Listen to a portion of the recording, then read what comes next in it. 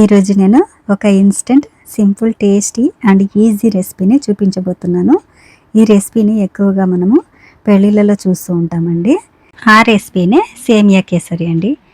ఈ సేమియా కేసరిని ఇంట్లో చిన్న చిన్న ఫంక్షన్లు జరిగినప్పుడు, అలాగే పండగలప్పుడు దేవునికి నైవేద్యంగాను, ఇంటికి గెస్ట్లు వచ్చినప్పుడు ఈజీగా క్విక్గా చేసుకునే టేస్టీ రెసిపీ అండి.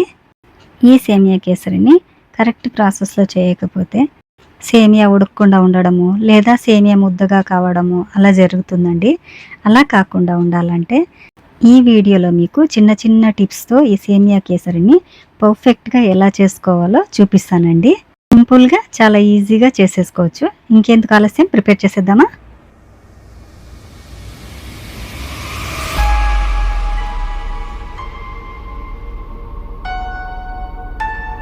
అందరికీ నమస్తే అండి. Welcome to my channel.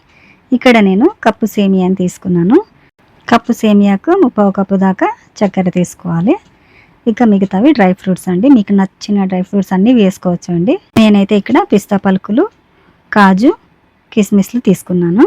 ఇప్పుడు ఒక చిన్న సైజు కప్పు తీసుకొని అందులోకి కొంచెం కుంకుమ పువ్వు రేకులు వేసుకొని, అందులోకి చిటికెడంతా ఆరెంజ్ ఫుడ్ కలర్ వేసుకొని పాలలో నానబెట్టుకోండి. మీకు ఆ ఫుడ్ కలర్ నచ్చకపోతే ఫుడ్ కలర్ని స్కిప్ చేయండి. కుంకుమ పువ్వు మాత్రం వేసుకోండి. కుంకుమ పువ్వు మంచి కలరు, మంచి స్మెల్ వస్తుందండి. ఇప్పుడు స్టవ్ మీద బాండి పెట్టుకొని 2 టేబుల్ స్పూన్ల నెయ్యి వేసుకోండి. నెయ్యి వేడయ్యాక మనం తీసుకున్న డ్రై ఫ్రూట్స్ అన్నీ దోరగా వేయించుకోవాలి. ఇలా దోరగా వేయించుకున్న డ్రై ఫ్రూట్స్ అన్నీ వేరొక బౌల్లోకి తీసుకొని పక్కకు పెట్టుకోండి.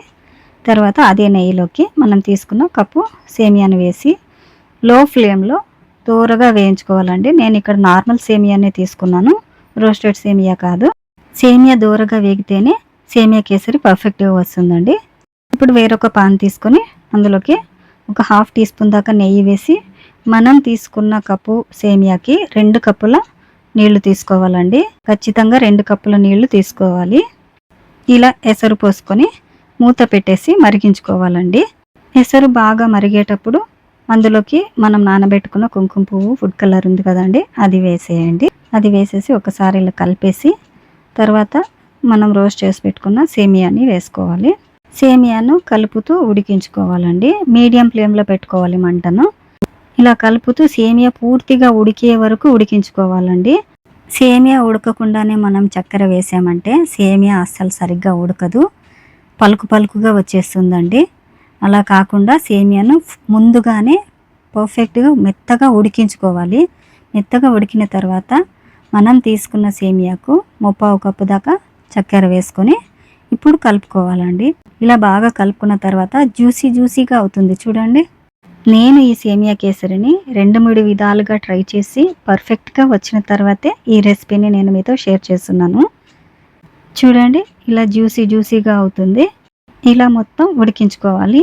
ఈ కన్సిస్టెన్సీ వచ్చిన తర్వాత మీరు దేవునికి నైవేద్యం పెట్టడానికి తయారు చేస్తుంటే చిటికెడు పచ్చకర్పూరం వేసుకోవాలి.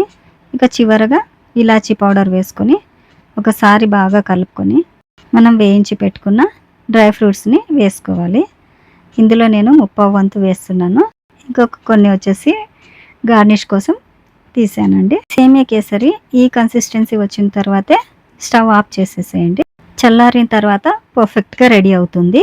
చూడండి, ఇలా పర్ఫెక్ట్ సేమియా కేసరి రెడీ అయిపోయింది. సర్వింగ్ బౌల్కి తీసుకొని పక్కన ఉంచుకున్న డ్రై ఫ్రూట్స్ని గార్నిష్ చేసుకొని సర్వ్ చేసుకోవడమేనండి. ఈ సేమియా కేసరి తిన్న వాళ్ళు మైమర్చిపోవాల్సిందేనండి, అంత టేస్టీగా వస్తుంది.